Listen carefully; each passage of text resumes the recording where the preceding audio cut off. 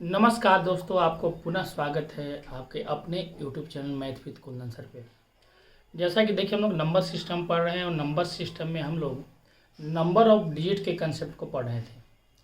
आज उसी से रिलेटेड हम लोग पहले क्या करते हैं कि उससे रिलेटेड एक बहुत अच्छा कंसेप्ट है जिसको हम लोग बोलते हैं विभाज्यता का नियम, डिविजिबिलिटी रूल।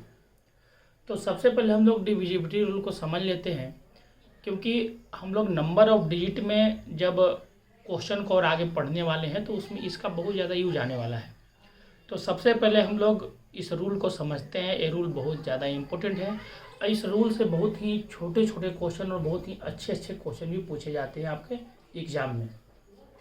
अब देखो, सवाल उठता है भाई डिविजिबिलिटी रूल क्या है और इसका क्या मायने है। जैसे अगर छोटा सा बात देखो, अगर हम बोलें कि अगर कोई हमको बोले कि बताओ कि 2 से विभाज्यता का नियम क्या है, या अगर कोई आपको बोल दे कि बताओ 4 से विभाज्यता का नियम क्या है,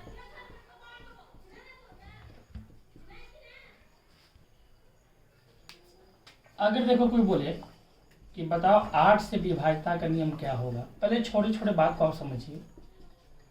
या कोई बोल दे कि भाई 16 से विभाज्यता का नियम क्या होगा, आप हमको बताइए। उससे अगर आगे जाके आपको 32 से विभाज्यता का नियम पूछे क्या होगा तो बताइए। तो देखो, करना क्या है कि चूंकि 2 से विभाज्यता का नियम का मतलब हुआ कि 2 को हम बोल सकते हैं कि भाई ये 2 का पावर 1 है। 4 को हम बोल सकते हैं कि भाई ये 2 के पावर 2 है। 8 को बोल सकते हैं कि भाई ये 2 के पावर 3 है। 16 को बोल सकते हैं भाई ये 2 के पावर 4 है। और 32 को बोल सकते हैं कि 2 के पावर 5 है। क्लियर बात है। कि कोई बहुत बड़ा आपका संख्या दिया रहे, कोई भी रैंडम आप संख्या ले लो और आपको विभाज्यता का नियम पता करना है कि भाई विभाज्यता का नियम मेरा क्या हो सकता है। इससे रिलेटेड बहुत अच्छे अच्छे क्वेश्चन भी हम आपको समझाने वाले इस वीडियो में।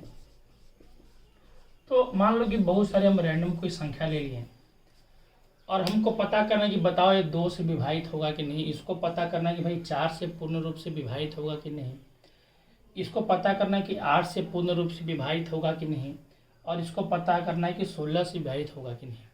तो देखो, करना क्या होता है बच्चों कि चूंकि 2, 4, 8, 16, 32 यानी 2 के घात के रूप में अगर क्वेश्चन को आप देखते हो तो इसमें करना क्या होता है कि अगर 2 से विभाज्यता का नियम आप बनाने जाओगे तो चूंकि 2 का पावर कितना है, 1 है। क्योंकि 2 का पावर 1 है तो विभाज्यता का नियम चेक करने के लिए सिर्फ इसके एक अंक को चेक करेंगे। एक अंक करने का मतलब कि सिर्फ इसके इकाई अंक को चेक करेंगे। अगर यह अंक जो है अगर 2 से विभाजित हो गया तो इधर कितना भी बड़ा अंक रहे या कोई भी नंबर रहे उससे हमको कोई मतलब नहीं है। पूरा संख्या जो है 2 से पूर्ण रूप से विभाजित हो जाएगा। क्लियर है। उसी प्रकार अगर 4 से अगर विभाज्यता का नियम आपको निकालना है तो 4 में देख रहे हैं भाई 2 का पावर कितना है, 2 है। चूंकि इसका पावर 2 है तो इसमें हम क्या करेंगे कि इसके 2 अंक को चेक करेंगे। 2 अंक कहने का मतलब कि इकाई और दहाई अंक को चेक करेंगे। बाकी कोई भी अंक कितना भी बड़ा रहे, इधर आप कुछ भी लिख दो उससे कोई मतलब नहीं है, सिर्फ 2 अंक को चेक करना है। अगर ये 2 अंक जो है 4 से पूर्ण रूप से विभाजित हो गया तो समझो कि ये पूरा संख्या भी 4 से क्या होगा, विभाजित हो जाएगा। इसका मतलब कि 2 से विभाज्यता का नियम चेक करने के लिए इसके सिर्फ इकाई अंक को देखते हैं। अगर ए अंक जो है 2 से कट गया तो पूरा संख्या 2 से आपका विभाजित हो जाता है। उसी पर अगर 4 से विभाज्यता का नियम देखना है तो इसके लिए हम लोग सिर्फ किसके अंक को देखेंगे, 2 अंक को, इकाई और दहाई अंक को देखेंगे। बाकी किसी से कोई मतलब हमको नहीं है। इधर कुछ भी नंबर आप लिख दो उससे कोई मतलब नहीं, फर्क नहीं पड़ेगा। अगर ये 2 अंक 4 से कट गया तो पूरा संख्या भी आपको 4 से क्या होगा, कट जाएगा। उसी प्रकार 8 से विभाज्यता का नियम आपको देखना है बच्चों। तो 8 में देख रहे हैं कि भाई 2 का पावर कितना ले रहा है, 3 ले रहा है। तो चूंकि ये 2 के पावर 3 है तो इसमें चेक करने के लिए हम सिर्फ 3 अंक को चेक करेंगे। 3 अंक करने का मतलब है कि आपका इकाई अंक, दहाई अंक और सैकड़ा अंक को चेक करेंगे। बाकी से कोई मतलब नहीं है। अगर ये 3 अंक जो है 8 से विभाजित हो गया तो फिर समझो कि पूरा संख्या जो है 8 से विभाजित हो जाएगा। उसी प्रकार अगर 16 से विभाज्यता का नियम आप निकालने का जाओगे तो 16 में भाई 2 का पावर कितना है, तो 4 है। चूंकि इसमें 2 का पावर 4 है तो इसको चेक करने के लिए इसके 4 अंक को यानी इकाई, दहाई, सैकड़ा और हजारवें अंक को चेक करेंगे। अगर एक कट गया तो पूरा संख्या जो है आपका 16 से पूर्ण रूप से विभाजित हो जाएगा। उस प्रकार 32 के लिए हम कितने अंक को चेक करेंगे बच्चों, तो 5 अंक को चेक करेंगे। तो हम लोग समझ गए कि इसका मतलब कि अगर जो है 2 से विभाज्य यानी 2 के पावर n वाले टर्म में अगर आपको बहुत सारे टर्म दिए हों, अगर यहाँ पावर n है तो सिर्फ n अंक को चेक करेंगे, 1 है तो 1 को चेक करें, 2 है तो 2 अंक को चेक करें, लेकिन चेक हमेशा इकाई अंक से करना है। क्लियर हो गया?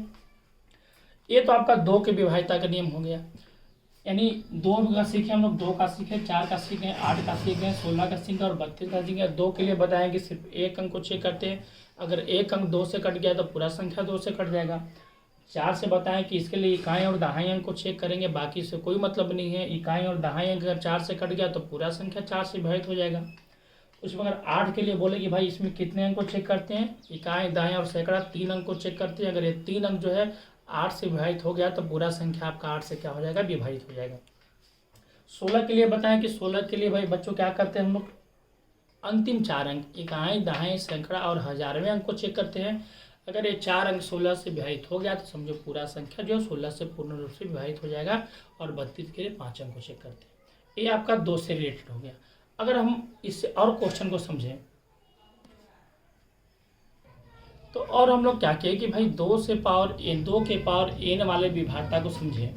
उसी प्रकार का रूल जो आपका है 5 वाले में होता है। जैसे अगर हमको कोई बोले कि भाई 5 से विभाज्यता का नियम क्या होगा, या 25 से विभाज्यता का नियम क्या होगा, या 125 से विभाज्यता का नियम क्या होगा, या आपका 625 से विभाज्यता का नियम क्या होगा, ये अगर हमको पता करना है तो जिस तरह से अगर 2 वाले टर्म को आप सीखे उसी तरह से 5 वाला टर्म भी चलता है। तो हम क्या करेंगे, चूंकि 5 है तो इसको हम लिख सकते हैं कि भाई 5 के पावर 1 है। चूंकि ये 25 है तो 25 को बोल सकते हैं भाई 5 के पावर 2 है। ये 125 है तो बोल सकते हैं भाई 5 के पावर 3 है। और ये 625 तो बोल सकते हैं 5 के पावर 4 है। यहाँ तक कोई दिक्कत तो है नहीं। अब अगर आपको 5 से विभाज्यता के नियम बच्चों अगर निकालना है तो 5 से विभाज्यता में आप देख रहे हैं कि इसका पावर कितना 1 है। तो 5 से विभाज्यता के लिए सिर्फ इकाई अंक को चेक करेंगे। अगर ये इकाई अंक 5 से कट गया, अगर ये यूनिट डिजिट जो है अगर 5 से कट गया तो पूरा संख्या भी समझो 5 से क्या होता है, विभाजित हो जाता है। हम लोग क्वेश्चन को समझेंगे, बहुत अच्छे से क्वेश्चन इस पे करेंगे, लेकिन पहले थोड़ा सा आप नियम को समझ लो। अगर कोई बोले भाई 25 से विभाज्यता का नियम क्या होगा, तब 25 में देख रहे हैं कि 5 का पावर कितना है बच्चों, 2 है। चूंकि इसमें 5 का पावर 2 है तो हम क्या करेंगे, इसके 2 अंक को चेक करेंगे, बाकी से कोई मतलब आपको नहीं रखना है। अगर ये 2 अंक 25 से कट गया तो समझो पूरा संख्या भी आपका क्या होगा, 25 से पूर्ण रूप से विभाजित हो जाता है। उसी प्रकार अगर 125 से विभाज्यता का नियम अगर आपको चेक करना है तो 125 में देख रहे हैं कि 5 का पावर कितना है, तो 3 है। चूंकि 5 का पावर 3 है तो हम लोग इसमें क्या करेंगे कि इसके अंतिम 3 अंक को चेक करेंगे, बाकी से कोई मतलब आपको नहीं रखना है। अगर ये अंतिम 3 अंक 5 से विभाजित हो गया तो अंतिम 3 अंक जो है आपका 125 से विभाजित हो गया तो समझो पूरा संख्या आपका 125 से क्या होगा बच्चों, विभाजित हो जाएगा। उसी प्रकार अगर 625 से विभाज्यता का नियम अगर आपको निकालना है तो 625 में देख रहे हैं कि भाई 5 का पावर कितना है, तो 4 है। चूंकि इसमें 5 का पावर 4 है तो इसमें क्या करेंगे भाई, अंतिम 4 अंक को चेक करेंगे, बाकी से कोई हमको मतलब नहीं रखना है। अगर ये अंतिम 4 अंक जो है अगर 625 से विभाजित हो गया तो समझो पूरा संख्या भी आपका 625 से क्या होगा, पूर्ण रूप से विभाजित हो जाएगा। तो यहाँ तक आप समझ गए कि भाई 2 के लिए आप समझिए कि 2 की पावर n के लिए आपका n टर्म चलता है, n टर्म को चेक करते हैं। 5 के पावर n के लिए ही बच्चों हम लोग n टर्म को, यानी दोनों का जो विभाज्यता का नियम है वो एक जैसा होता है। ये आपका 2 और 5 हो गया, क्लियर हो गया। अब हम लोग समझते हैं बच्चों कि 3 और 9 के विभाज्यता का नियम क्या होता है। पहले विभाज्यता पहले आप समझ लो, उसके बाद इससे क्वेश्चन को हम आपको समझाएंगे। तो हम लोग देखो अभी तक क्या सीखें कि भाई जिस तरह से 2 वाले टर्म की विभाज्यता का नियम होता है, 2 के पावर n वाले टर्म का जिस तरह से विभाज्यता का नियम होता है उसी प्रकार सेम आपका 5 के पावर n के विभाज्यता का नियम होता है। ये दोनों आपस में कोरिलेटेड है। अगर हम 3 और 9 की बात करें तो जिस तरह से 3 के आपका विभाज्यता का नियम होता है बच्चों, उसी प्रकार से आपका 9 का विभाज्यता का नियम होता है। दोनों का नियम एकदम सेम होता है, ये दोनों भी आपस में कोरिलेटेड है। जैसे अगर 3 से विभाज्यता का नियम अगर आपको पता करना हो तो 3 से विभाज्यता का नियम बोलता है कि अगर किसी भी संख्या का अगर आपको चेक करना हो कि भाई 3 से पूर्ण रूप से विभाजित है कि नहीं, तो उसके अंकों को आपस में जोड़िए। यदि अंक जोड़ने के बाद वह 3 से विभाजित हो जाता है तो समझो पूरा संख्या 3 से आपका विभाजित हो जाएगा। और 9 से विभाज्यता का नियम बोलता है कि चूंकि 9 से अगर विभाज्यता का नियम आपको पता करना है तो इसमें भी क्या कीजिए कि आप अंकों को जोड़िए। यदि जोड़ने के बाद जो है योगफल जो है अगर 9 से विभाजित हो जाता है बच्चों, तो समझो पूरा संख्या भी आपका 9 से विभाजित हो जाएगा। जैसे हम कुछ एग्जाम्पल लिए आपको समझाने के लिए कि अगर आपको चेक करना है कि भाई ये पूरा टर्म 3 से विभाजित है कि नहीं, हमको पता करना है, तो हम क्या करेंगे, इसके टर्म को जोड़ेंगे।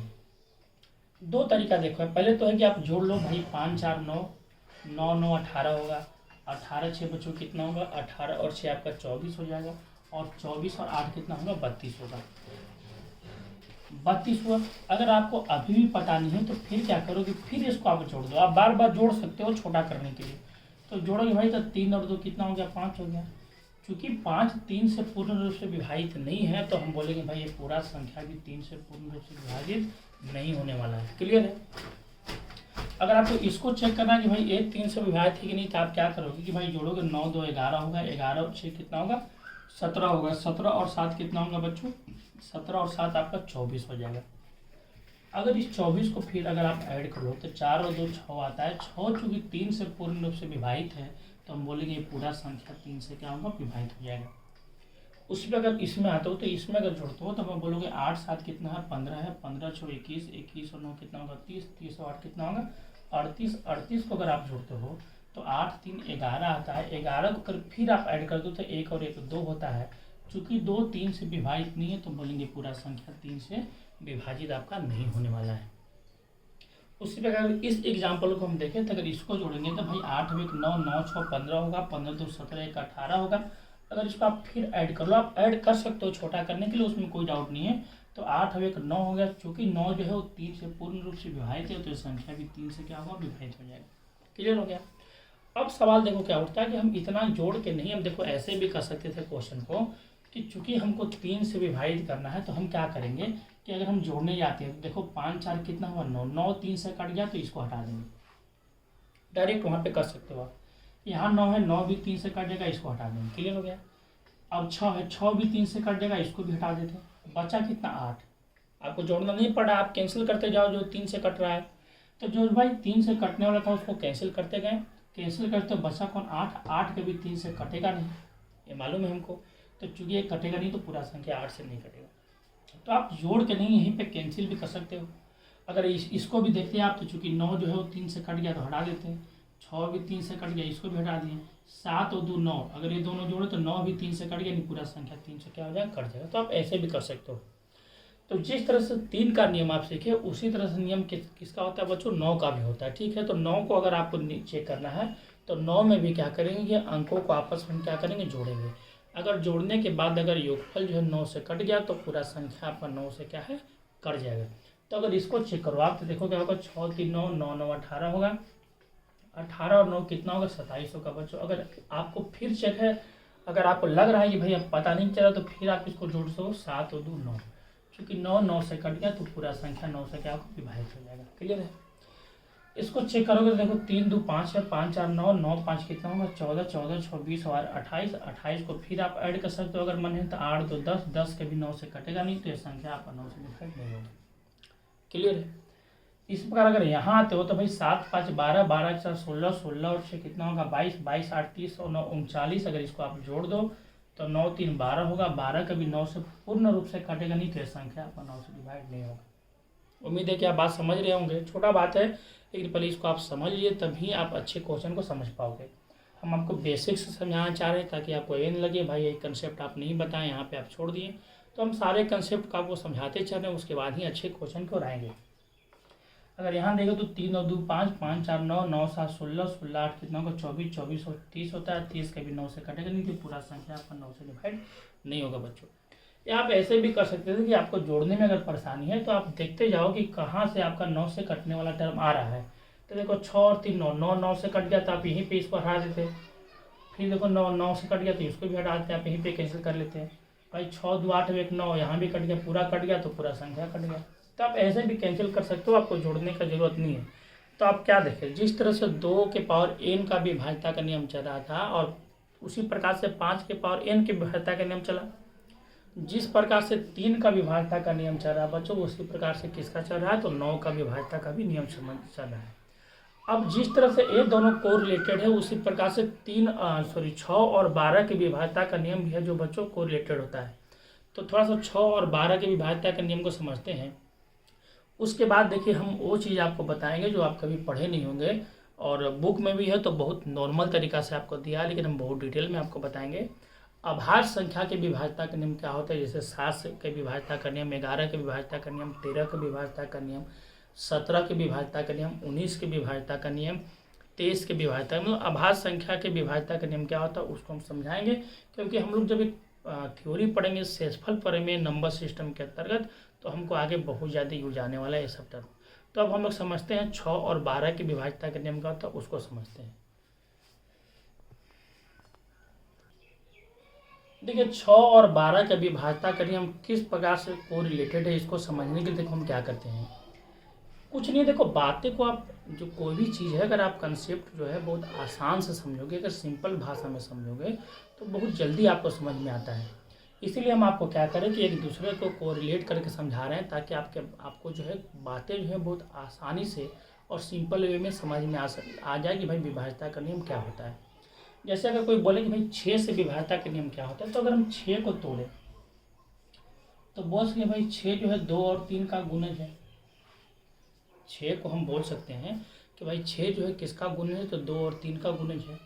तो हम कंसेप्ट देखो बनाएंगे कि चूंकि 3 से विभाज्यता का नियम जान ही गए और 2 से विभाज्यता का नियम जान ही गए, तो हम बोलेंगे भाई 6 से विभाज्यता का नियम में होगा कि वैसी संख्या जो 2 से भी विभाजित हो जाए और 3 से भी विभाजित हो जाए, तो संख्या में सब 6 से क्या होगा, विभाजित हो जाएगा। यानी 6 से विभाज्यता का नियम क्या बना बच्चों, कि वैसी संख्या जो 2 और 3 दोनों से विभाजित हो जाती है वो संख्या किससे होगी, 6 से विभाजित होगी। लेकिन समझना देखो क्या है, जब आपको क्वेश्चन अच्छा मिलने लगेगा तो आपको क्या होगा कि वहाँ पे डिस्टर्बेंस क्या होगा कि आपको पता नहीं चलेगा कि पहले हम 2 से विभाज्यता का नियम लगाएं या 3 से विभाज्यता का नियम लगाएं। तो याद रखना कि कभी भी अगर ऐसा टर्म आ जाए जिसमें आपका एक सम संख्या रहे और विषम संख्या रहे, तो सबसे पहले आपको क्या करना है, सबसे पहले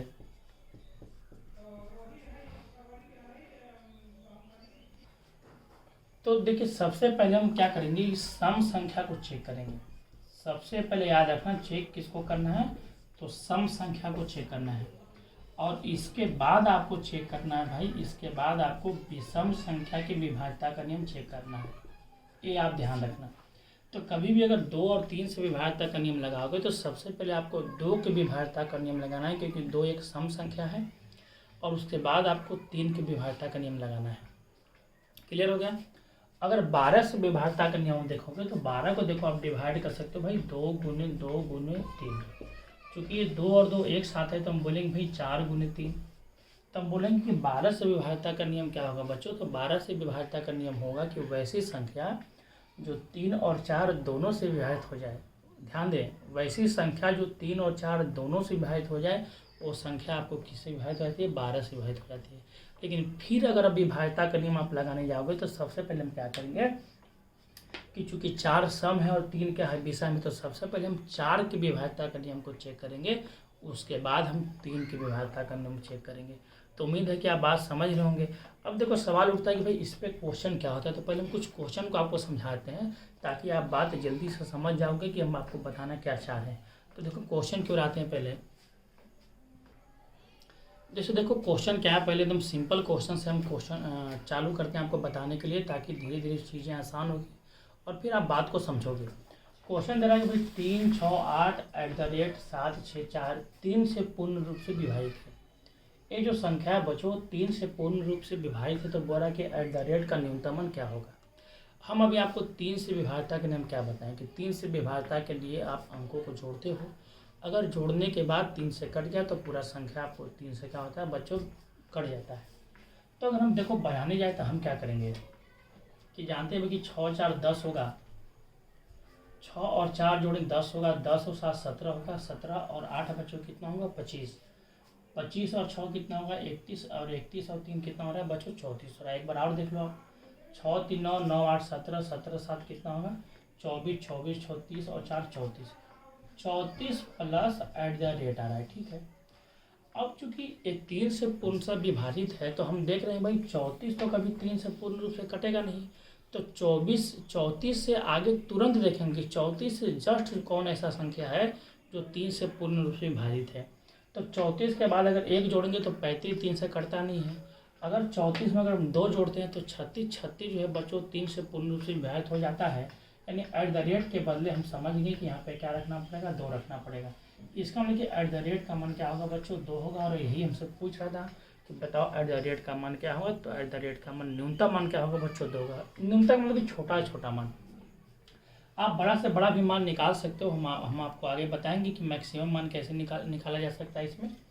लेकिन इसका एट द रेट का जो न्यूनतम मान होगा बच्चों कितना होगा, आप यहाँ पे 2 होगा। क्यों 2 होगा, क्योंकि हमको जोड़ने पे 34 आया और 34 के जस्ट आगे 3 से कटने वाला 36 होता है। तो 36 करने के लिए हमको 2 का जरूरत है। तो बोलेंगे एट द रेट का मान बच्चों कितना होगा, 2 होगा। क्लियर हो गया।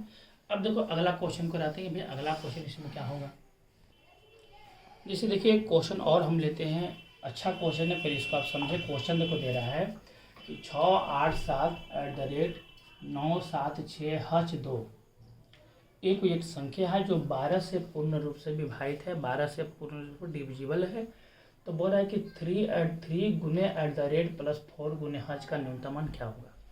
अब बताओ आप कि भाई 12 से विभाज्यता का नियम आपको क्या बताएं, 12 से विभाज्यता का नियम बताएं कि भाई 12 से विभाज्यता का नियम क्या होगा कि वैसा संख्या जो 4 और 3 से पूर्ण रूप से विभाजित हो जाए, वो संख्या 12 से क्या होती है, विभाजित हो जाती है। बताएं हम आपको। फिर हम आपको क्या बताएं कि जब भी अगर 2 टर्म रहे तो सबसे पहले चेक करना है किसको, तो सम संख्या को, और तब चेक करना आपको विषम संख्या को।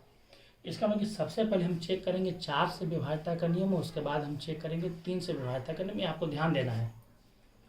तो 4 से विभाज्यता के लिए हम क्या बताएं कि सिर्फ 2 अंक को देखते हैं। चूंकि 2 अंक जो है ये अगर 2 अंक 4 से कट गया तो पूरा संख्या 4 से कट जाएगा। अब चूंकि एट द रेट का हमको न्यूनतम मान निकालना है तो न्यूनतम अंक 0 होता है, तो हमेशा आपको चालू करना है 0 से। अगर हम 0 रखते हैं बच्चों, H के मान अगर हम 0 रखते हैं तो केवल 2 रहेगा। 2 कभी 4 से पूर्ण रूप से विभाजित नहीं होता है। अब 2 0 होगा नहीं, तो 0 के बाद अगर हम 1 रखते हैं, इसका मान अगर हम 1 रख देते हैं तो ये बन जाएगा 12। अंतिम तो क्या बच्चों बनेगा 12, और 12 जो है 4 से पूर्ण रूप से विभाजित है। इसका मतलब कि जो H का न्यूनतम मान होगा वो बच्चों 1 होगा। क्लियर हो गया। 0 हुआ नहीं, चूंकि न्यूनतम मान तो 0 होता था, 0 से चालू किए, 0 नहीं लिया तो उसके बाद हम 1 लिए। जैसे ही 1 लगे तो ये बन गया 12। 12 जो है 4 से पूर्ण रूप से विभाजित हो जाएगा। तो हम बोलेंगे भाई कि यहाँ जो क्या बोलते हैं H का जो मान हो 1 होगा न्यूनतम मान। क्लियर हो गया। अब जब 4 से हम चेक कर चुके हैं तो अब चेक करेंगे किससे, 3 से।